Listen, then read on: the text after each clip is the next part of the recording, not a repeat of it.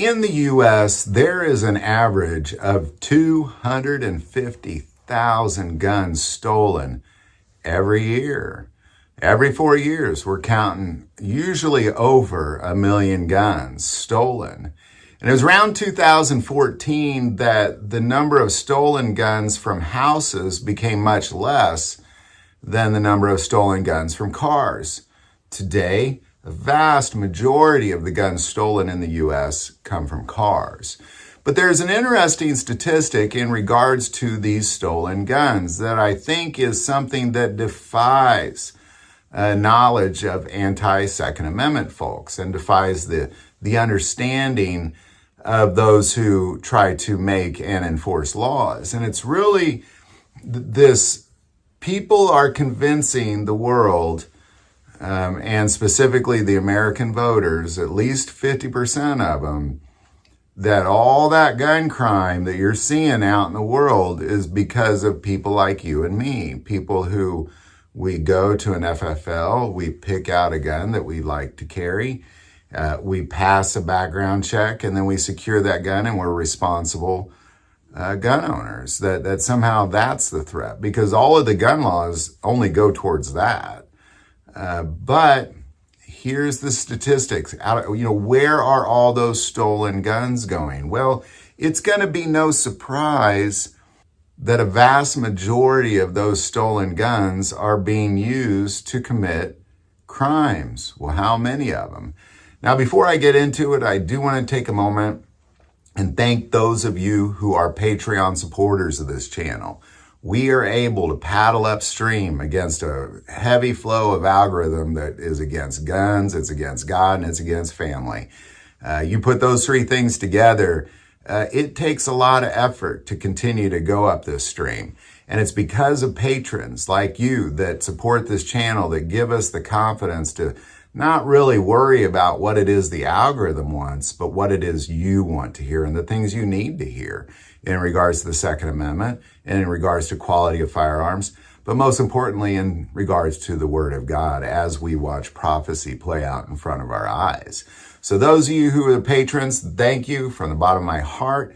If you feel called to support this channel to Patreon, that link is below.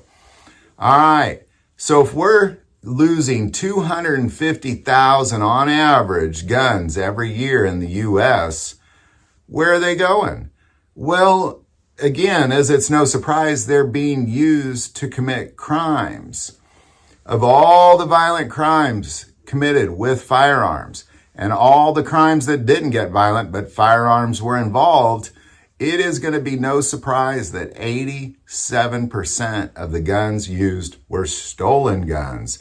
Guns not purchased at an FFL.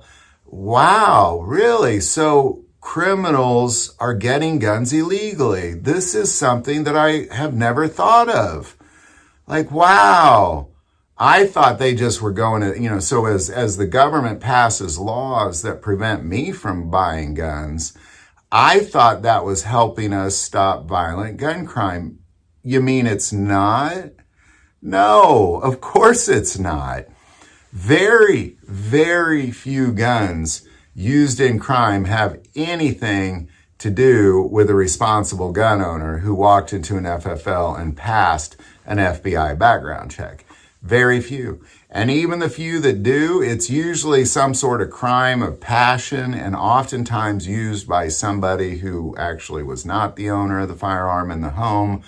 It's more of a, well, it's more of a domestic issue. It's more a crime against yourself or your family out of passion so those crimes are being committed. The crimes inside the home are, vast majority of those guns are the other 13%. So if you're out in the world being a responsible gun owner and a crime's going to come up against you, which I believe is what most Americans are fearful of guns for, it's better to have a gun on you. And that gun they're going to use was stolen. It was stolen. They didn't go into an FFL and use it.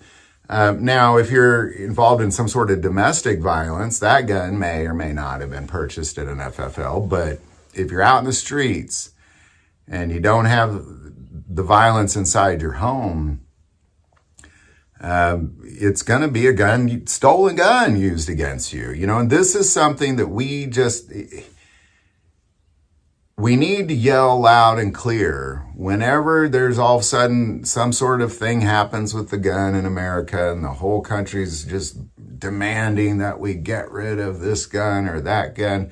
It's important that we be just as loud about the fact that that was probably a stolen gun, and even when even like a lot of the crimes they're talking about, usually they stole it from like their parent or something. It's irresponsible gun owner. You want to push responsible gun ownership. I'm okay with that. Because fools are leaving their guns in cars. Fools are putting stickers on their cars that say, here's all the guns I own and I support the Second Amendment and this car is protected by Smith & Wesson. They're like, great. And they break your window and steal your Smith & Wesson. Like, responsible gun ownership, I'm all for. That would obviously eliminate a lot of these stolen guns, which in theory would eliminate a lot of gun crime. However, it's not the responsible gun owner's fault. And this is where we have to make it loud and clear by showing real numbers like these numbers. We have to kind of begin to not just say clever thing, but show real data. It's important that we fully grasp where the guns being used against us are actually coming from and stop trying to prevent my ability to protect myself. I mean, if there's 250,000 stolen guns every year and 87% of crime is used with those guns, I need a gun. And you do too. So there you go. Any thoughts or insight on any of this, definitely put it below. Do want to take a moment and say most people watch this channel, not subscribers. Click that subscribe button. It greatly increases the algorithm and our ability to get these messages out. That link is also below. But the most important part of this channel is we take prayer requests. Please don't ever hesitate to send that in. Thank you for watching this episode of God, Family, and Guns. And as always, love God, love your family, and love guns.